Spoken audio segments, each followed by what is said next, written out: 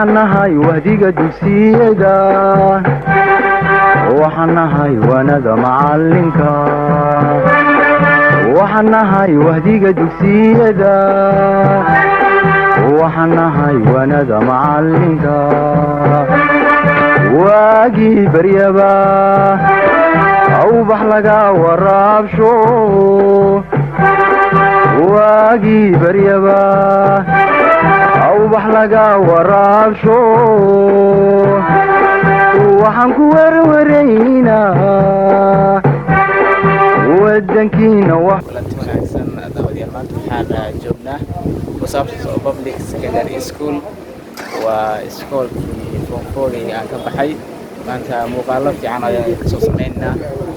waad u xiisteen baa umaleynaa in badan ardayda dibadda ku maqan waxbarashada aaday ardada joogta waa mar hore ugu dambeysay marka maanta ayaana vlog yar oo muuqaalo ah ka soo sameynaa insha Allah maanta waxaa la furayaa dugsigii sare imtixaanaadkiisii foonfoorkiisa taleeskiga ahaa ayaa la furayaa insha Allah billahi kariim la socdo ay suweer maxamed oo sida sheegtay ardayda imtixaanka u fariisteen sanadkan waxaan u rajeynayaa in guul fiican iyo natiijo wacan ay keenaan kama horna waa iskuulka ka soo baxday dad badan oo dalii dibadda joogana dee way arkayaan iskuulaad ay ka soo baxeen iskuulka ka soo baxeen wax ku soo barteen in maanta imtixaankii laga fariisanay marka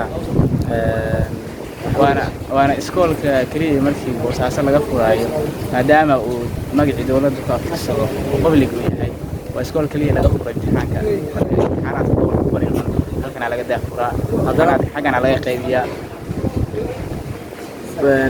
sanadkii ugu dambeeyay hadaan khaldanay gobolkan isaga u haystay Soomaa aad qadar saxiid salaad inuu ahaa umaleynaya ardayga miilis saddexan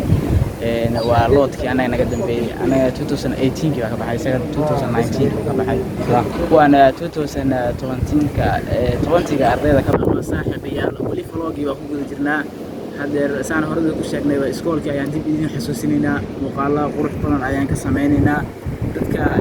waxbarashada dibadda aaday dadka magaalada ay joogaan dadka Soomaaliland iyo waqooyi waxbarashada muqdisho aaday iskoolka ka bixay oo dhigan jiray iskoolka waxyaabo badan baa iska bedelay hadii aan leedahay xagga bilicdeeda hadii aan leedahay xagga maamulka oo aan maqasheen marka wali vlogyada ayaan ku guda jirnaa way noo sii soconayaan insha Allah nala socda hadii Allah wadi leedmo muuqaalo kale ayaan ka sameynaa kuwan ka sii badan nala socda insha Allah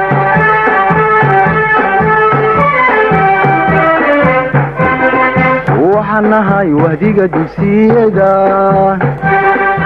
waxanahay wanada macalinka waxanahay wahdiga dugsiyada waxanahay wanada macalinka waagi baryaba awbax laga waraabsho waagi baryaba awbax laga waraabsho waxaan ku warwaraynaa wadankiina wax u barta oo xambaaro